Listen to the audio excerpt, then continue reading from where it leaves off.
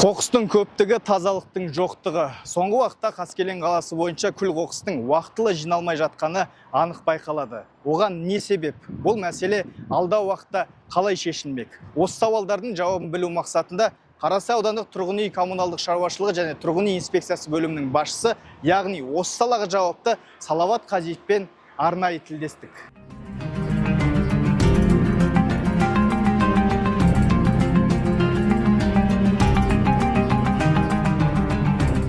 Салауат Бейсенбекұлы, жалпы Қаскелең қаласында қоқыстың көп жиналғанын байқаймыз. Жалпы оның жиналу себебі неде? Шешілу амалдары қалай қарастырылып жатыр?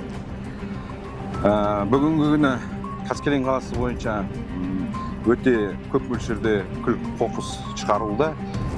Сол себепті мына тұрғындар тарапынан арыз шағым көп түсуде. Қаскелең қаласы бойынша жалғыз мекеме жұмыс істейді күл қоқыс шығару бойынша. Сондықтан біз қазір мына конкурстық процедураларды өткізіп, Қаскелең қаласына 3 мекеме кіргізіп отырмыз, күл қоқыс шығаратын.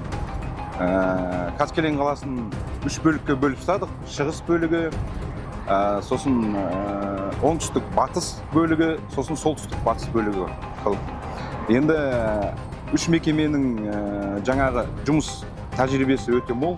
Ол жады мекемесі, тазалық мекемесі, сосын экосити мекемесі. Осы 3 мекеме Қаскелең қаласы бойынша жұмыс істейтін болады.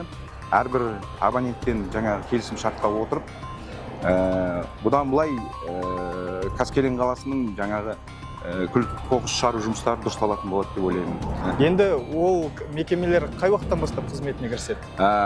Енді біз кеше конкурстық жаңағы отырысымызды кеше өткіздік.